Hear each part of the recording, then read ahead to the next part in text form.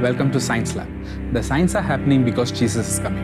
Every day, we are looking at some of the signs that are happening around us. In this episode, we are going to see some of the strange signs that are taking place in the sky. Humans want to explore the farthest reaches of outer space in the eventual hopes of finding other habitable Earth-like planets. These planets could harbor life and put an end to the debate on whether or not we are alone in the universe. However, navigating to distant star systems means first leaving our own solar system.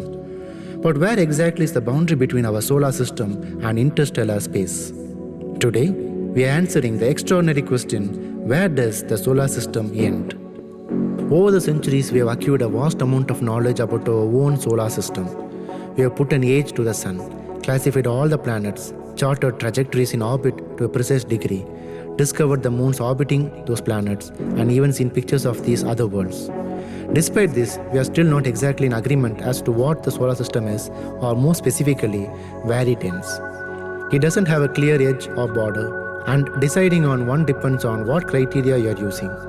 Identifying a cutoff point is important to classify sizes of distant solar systems and having consistent measurements of our own. This question is made more difficult by the fact that we don't have our own solar system completely mapped yet. The Oort cloud is the farthest structure around the sun, home to billions of icy rocks that occasionally fall towards the sun and become comet. But that's purely hypothetical, as we have never seen it. Voyager 1 is the most distant spacecraft that we have in space, but even it is some 300 years away from reaching the starting point of the Oort cloud. In the meantime, both Voyager 1 and 2 have run in formations that scientists had no idea about. Back in 2007, Voyager 1 came across massive foamy magnetic bubbles about 100 million miles wide. These gigantic structures around 9 million miles from Earth came as a complete shock to scientists. They later realized that the bubbles were actually part of the sun's magnetic field. Because the sun spins, the outer edge of this field becomes crushed and knotted. The discovery shows that there could still be parts of our own solar system that we are never aware of it. Still, we have a few sets of criteria for deciding the end of the solar system. If we take it by mass, Neptune, the last planet in orbit around our sun, could be considered an ending point. Although this cut out the Kuiper belt, there is some logic behind it. The sun accounts for 99% of all the mass in the solar system itself, and the remaining 1% of mass is overwhelmingly occupied by Jupiter and the gas giants. Comparatively, there is barely any mass whatsoever past the gas giants, so it can be considered debris. Carl Sagan even once referred to Neptune as the frontier of the solar system. From a practical perspective, it makes some sense, because though there is IS-specific merits in studying asteroids, we are far more interested in the planets and their moons. However, cutting out the Kuiper belt from the solar system seems unwarranted. Despite its relatively small amount of mass, it's still home for many dwarf planets, including Pluto. To demote Pluto from planets to dwarf planets is one thing, but cutting it out to the solar system completely seems cruel. The Kuiper belt is home to the last verified satellite in orbit around our sun, and it's also massive, with a width that extends from 30 to 50 astronomical units. One astronomical unit is roughly the distance between the sun and the Earth. Many of the closer ranger comets come from the Kuiper belt, and it could be the reason that life exists on Earth in the first place. Life itself could have been seeded by a stray asteroid, and it's thought that the water arrived on Earth due to a massive frozen comets and asteroids crashing into Earth's surface. The Kuiper belt's importance in the solar system means it's arguably deserved to be included. Of course, if we define the solar system as everything captured by the sun's gravitational pull, we can extend it all the way out to the Oort cloud. The sun's pull is sometimes called the Hill or Rhodosphere, and is the region around the celestial body within which it's able to trap satellites. Adding in the Oort cloud would massively increase the size of our solar system. The Oort cloud's dimensions are unknown, but estimates puts its outer edge at up to 200,000 astronomical units from the sun.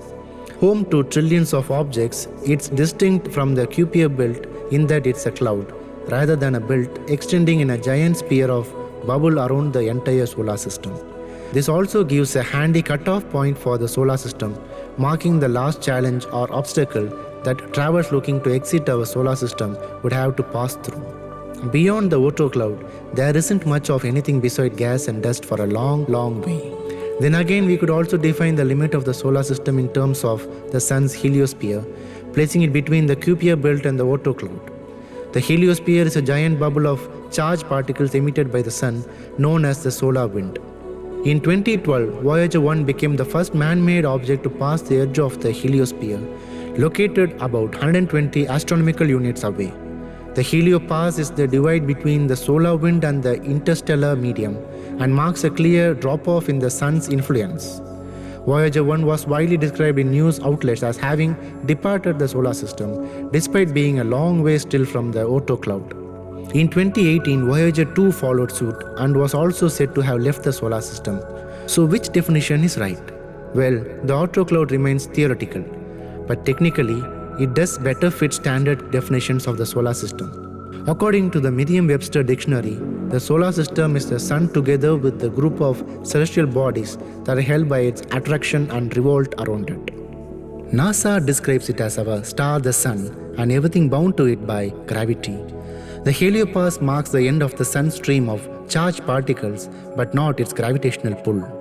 In the end, there are several different ways to define our solar system, and marking the exact edge comes down to what criteria you use. And that's where the solar system ends.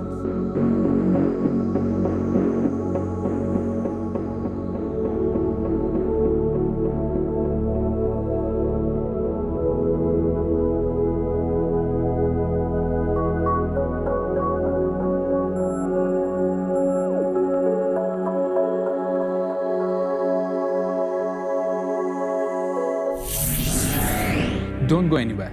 We'll meet you after a short break.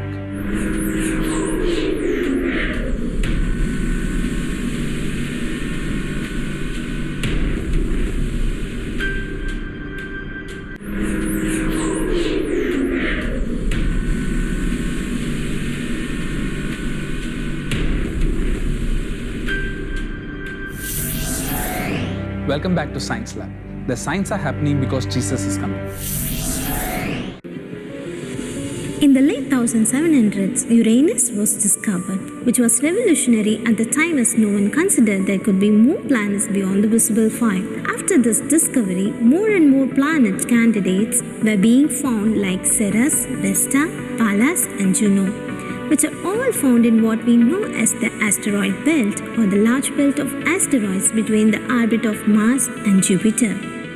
In science textbook in the early 1800s, they were all listed as planets. In the middle of the 1800s, Neptune was also discovered, and within just a few decades, we had quite a list of planets on our hands. At the time, there was not a clear distinction between the 8 planets we know today and the large asteroids that were being discovered.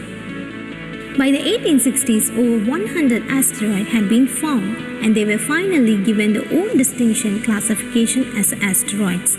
Asteroids were described as objects that couldn't be distinguished from stars, but the fact that they move across the sky. So even 100 or so years ago, we were ruthless and demoted planets. A lot of people in the world feel like Pluto had been hard done by.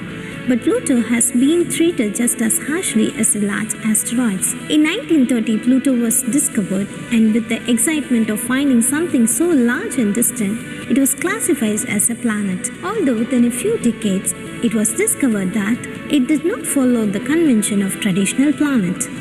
The planets we know have circular orbits that align roughly with the plane of the solar system. Pluto, on the other hand, orbits at an angle to the solar system, and its orbit is so elliptical that at some points during its year, it's closer to the Sun than Neptune. But it was also unique, so no one minded it being called a planet. But then, in 1970s, Pluto was discovered to be a lot tinier than expected.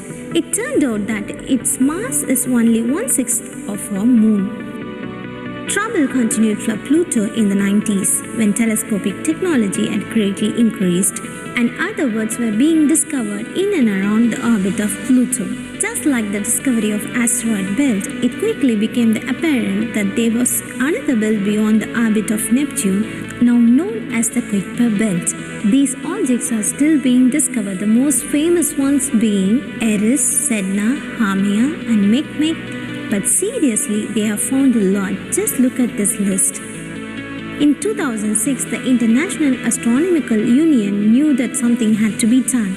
They finally classified a planet as a celestial body that A. is in orbit around the Sun, B. has sufficient mass for its self-gravity to overcome rigid body forces so that it assumes that hydrostatic equilibrium shape, and C. has cleared the neighborhood around its orbit. So although Pluto fits the bill for first two categories because it lies in the Kuiper Belt, it has not cleared its orbit and thus it's not a planet. It is instead known as the dwarf planet, which is almost the same except it's not massive enough to clear its orbit.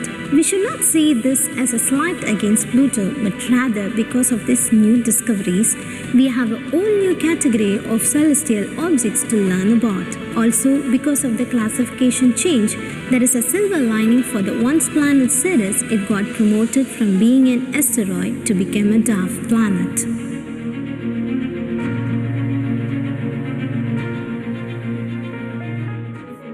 In these images, scientists found the seeds of all we see around us today. Smooth on a large scale but with variation on small scales. Astronomers set out to discover how the universe would have evolved from this cosmic template. In an age of computer-controlled telescopes and automated observing, astronomers launched international collaborations with goal of mapping a large fraction of the visible universe in 3 dimensions. The cosmic map that has emerged leads us out beyond our own remote corner of the Milky Way. We move through our cosmic neighborhood, a collection of 20 odd galaxies known as the local group.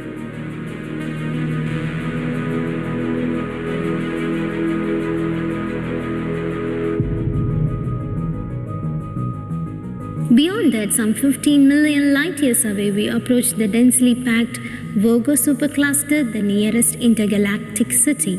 Beyond Virgo, galaxies line up in vast walls and arcs. Here's how this pattern plays out on extremely large scales. The universe is a spider web of galaxies, filaments formed by immense empty voids. To explain the origin of this immense structure, scientists proposed a more expensive model of cosmic origins. It's based on the discovery that energy is constantly welling up from the vacuum of space in the form of particles of opposing charge, matter and antimatter. The new idea called inflation holds that the universe sprung from these diffuse energy fields. They somehow tipped into a higher energy state, causing space and time to literally inflate. Tiny fluctuations and primordial energy generated pressure waves or ripples.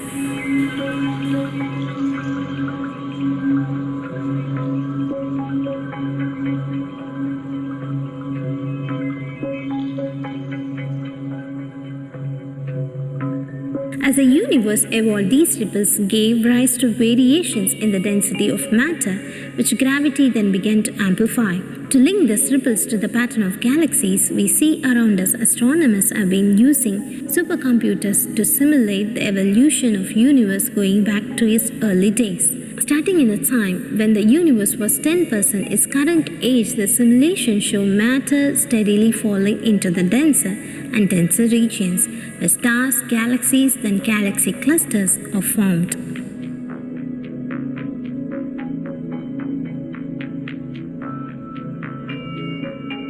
Simulations like this are designed to replicate just a portion of visible universe. The universe as a whole is now thought to be much larger. The fury of cosmic inflation would have caused the universe to go from atomic size to cosmological size within an infinitesimally short time. In the billions of years since its birth, the theory says the universe as a whole would have grown to some 10 billion trillion times the size of the observable universe. That's a 10 followed by 24 zeros. Put another one, the whole universe is to observable universe as the observable universe is to an atom. As incomprehensibly large as a universe is in the inflationary model, perhaps that's even the limit.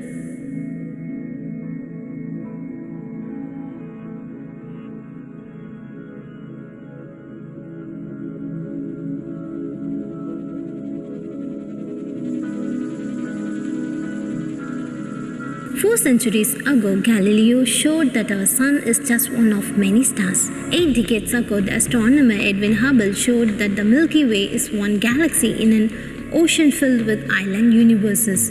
Newer observations have revealed that the immense size of our galaxy, then cluster of galaxies, and beyond them, vast walls and filaments of matter.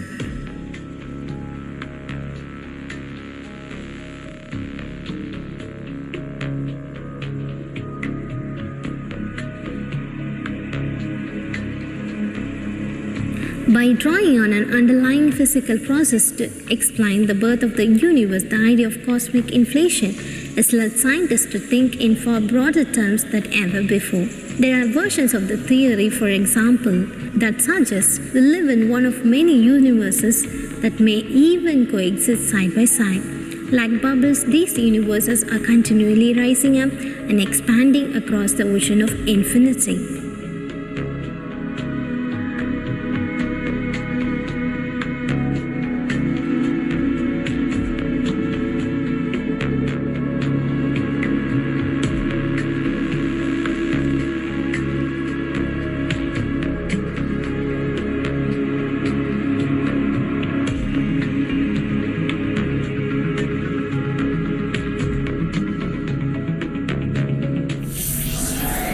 Never before in the history of mankind, we are discovering the depth of the universe, and we are about to understand the universe as a whole. Why are these strange things appearing all around the world? Lord Jesus Christ listed out the signs that will happen before His coming, and one of them is there will be fearful sights and great signs from heaven. Lord Jesus Christ not only said fearful sights will appear, but also great signs from the heaven. All these show that what is mentioned in the Bible that are going to take place in the end times are taking place in our lifetime. We are living in the last days. Lord Jesus Christ is coming again very soon. Thank you for watching this episode. Don't forget to tune into Science Lab next time. Send us photos, videos, and YouTube links which are worth sharing, and also send us your feedback to our email address sciencelab@angeltv.org. If you have missed any of the episodes, don't worry. You can watch it again and again in our Science Lab YouTube page. But don't forget to like, share, and comment on the video. Ask your friends and relatives to watch the Science Lab so that they will know that we are living in the last days. Remember, signs are happening because Jesus is coming. Maranatha.